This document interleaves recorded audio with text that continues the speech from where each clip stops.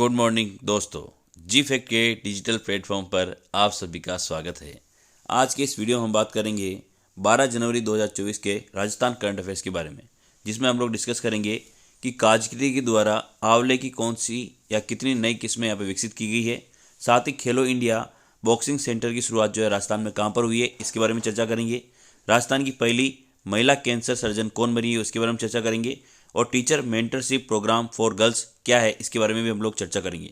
लेकिन वीडियो की शुरुआत करेंगे एक मोटिवेशनल कोटेशन के साथ में।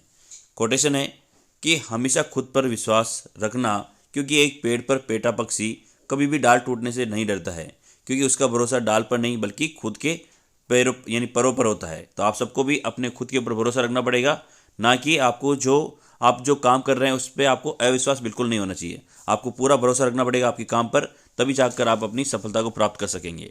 वीडियो को स्टार्ट करते हैं बगैर किसी देरी के।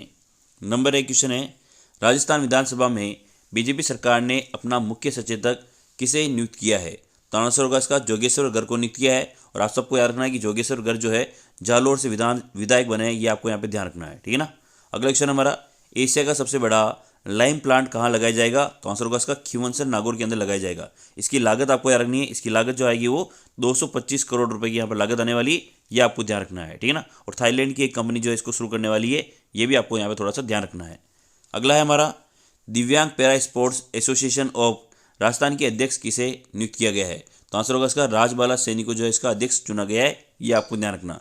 अगर बात करें, इनकी एक मीटिंग हुई थी जो कि आयोजित हुई थी जयपुर के अंदर, उसी में इस मीटिंग के अंदर ही इनको जो है अध्यक्ष चुना गया है, राजबाला सैनी को। अगला है, स्वच्छ सर्वेक्षण 2023 में उत्कृष्ट कार्य करने हेतु प्रदेश से कितने शहरों का चयन हुआ है? तो आंसर होगा इसका 2 शहरों का यहाँ पर चयन हुआ है। अगर बात करें यहाँ पे राजस्थान से 2 शहर जो है कौन कौन से हैं, तो यार ना जो बड़े शहर हैं यानी जिसमें जो नगर निगम है, उसमें से अगर बात करें तो जयपुर शहर का चयन हुआ है। और अगर बात करें जो छोटे शहर है जहाँ पर नगर पालिका हैं, वहाँ पर जो है डूंगरपुर का यहाँ पर चयन किया गया है। तो ये 2 चीज़ें भी आपको यहाँ पर इंपॉर्टेंट है, याद रखनी है। बढ़ते हैं अगले क्वेश्चन की तरफ। अगला है हमारा, राजस्थान में पीएम कुसुम योजना के अंतर्गत प्रदेश में मौजूद ट्यूबवेलों का सौर ऊर्जा द्वारा संचालन सुनिश्चित करने के लिए कितने सोलर पंप स्थापित किए जाएंगे? आंसर होगा 5000 सोलर पंप स्थापित किए जाएंगे।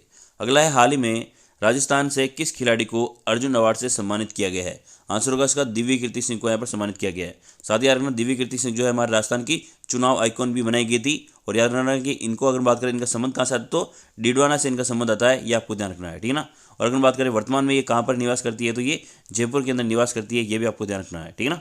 अगला क्वेश्चन हमारा, हाल ही में किस राज्य में विधानसभा की गतिविधियों की जानकारी आमजन को तुरंत मिल सके, इसके लिए संसद टीवी की तरह टीवी चैनल बनाया जाएगा? तो आंसर होगा राजस्थान, इसका सही आंसर होगा, ठीक है। अगला है, डीआरडीओ ने राजस्थान के किस फायरिंग रेंज में एक विशेष प्रकार के robotic artillery mountain gun system का परीक्षण किया है? आंसर होगा पोखरण फील्ड फायरिंग रेंज के अंदर इसका परीक्षण किया गया है, यह आपको ध्यान रखना है।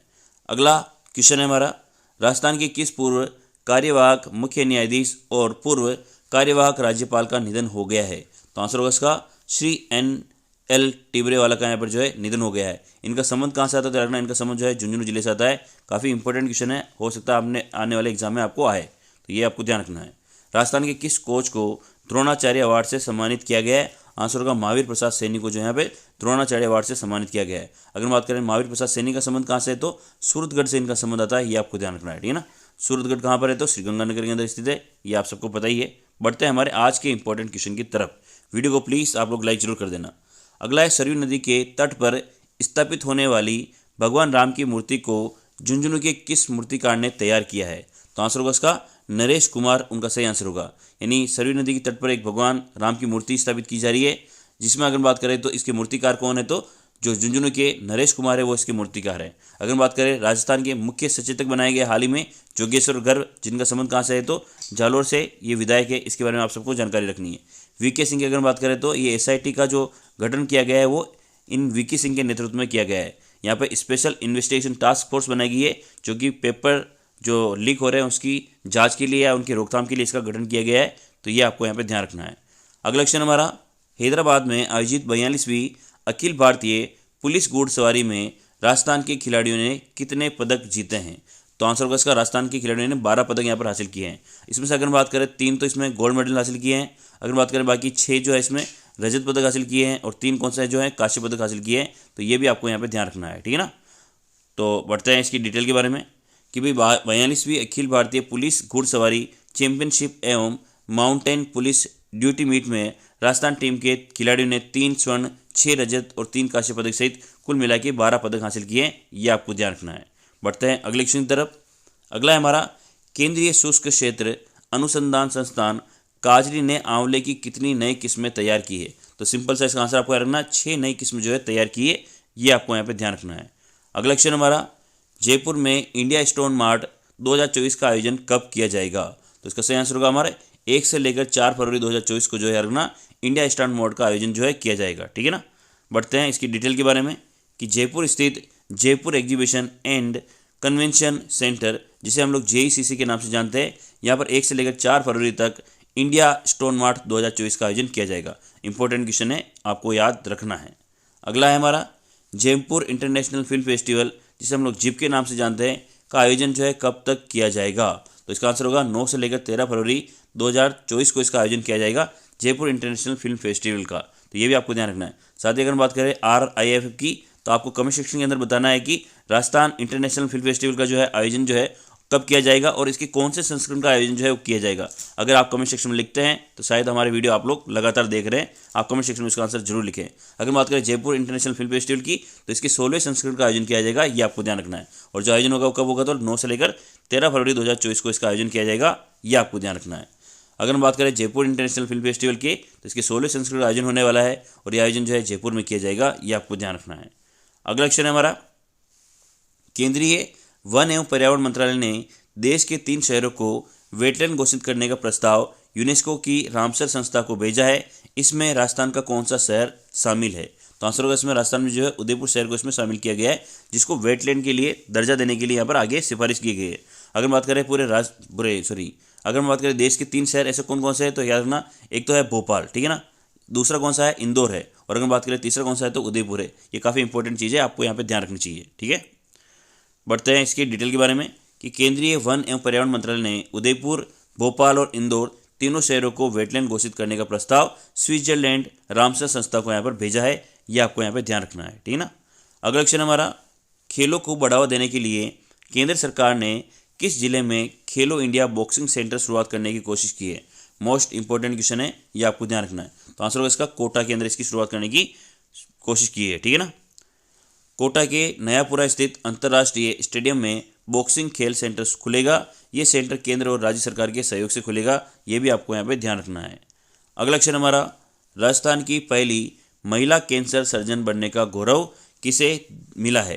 तो आंसर होगा इसका डॉक्टर नैना अग्रवाल को जो है पहली महिला कैंसर सर्जन बनने का यहाँ पर अवसर मिला है। अल्पना कटेचा की अगर हम बात करें तो यह रखना है राजस्थान विश्वविद्यालय जो है हमारे, ये उसकी VC है, ठीक है ना। और अगर हम बात करें नूर शेखावत की, तो ये ट्रांसजेंडर है और राजस्थान में सबसे पहले अगर हम बात करें जन आधार कार्ड किसी का बना है, तो जन आधार कार्ड बना अगर, तो ये रखना किसका है? ट्रांसजेंडर नूर शेखावत का। यानी ट्रांसजेंडर में सबसे पहले जन आधार कार्ड किसका बना है? तो नूर शेखावत का बना है, ये भी आपको यहाँ पर ध्यान रखना है। राजस्थान प्रदेश के राजकीय मेडिकल कॉलेज से MCH सर्जिकल ऑन्कोलॉजी की डिग्री हासिल करने वाली नैना अग्रवाल राज्य की पहली महिला कैंसर सर्जन बनी है। उल्लेखनीय है कि सबसे कम उम्र की कैंसर सर्जनों में से एक डॉक्टर नैना अग्रवाल SMS मेडिकल कॉलेज से डबल गोल्ड मेडलिस्ट भी रही है, तो ये भी आपको यहाँ पे ध्यान रखना है। अगला क्वेश्चन हमारा, राज्य के PM श्री विद्यालयों में बालिका के स्वास्थ्य एवं सुरक्षा सुनिश्चित करने हेतु स्कूल शिक्षा विभाग द्वारा किस प्रोग्राम की रूपरेखा तैयार की जाएगी? तो आंसर होगा इसका teacher mentorship program for girls. काफ़ी इंपॉर्टेंट क्वेश्चन है ना। ये किसके संबंधित है? तो यार ना बालिकाओं के स्वास्थ्य एवं सुरक्षा को सुनिश्चित करने से संबंधित है, जो कि शिक्षा विभाग द्वारा चलाया जा रहा है। इसका नाम क्या है? Teacher mentorship program for girls. Most important question है, ये आपको ध्यान रखना है, ठीक है ना।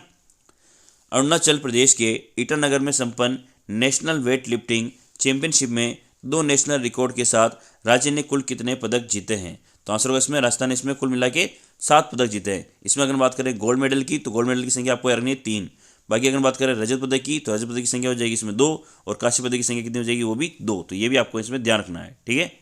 अगर बात करें राज्य ने कुल 7 पदक जीते हैं, जिसमें 3 स्वर्ण, 2 रजत और 2 कांस्य पदक जीते हैं। तो ये था हमारा आज का वीडियो अगर आपको अच्छा लगा हो तो प्लीज़ वीडियो को लाइक करें, चैनल को सब्सक्राइब करें। जय हिंद, जय भारत।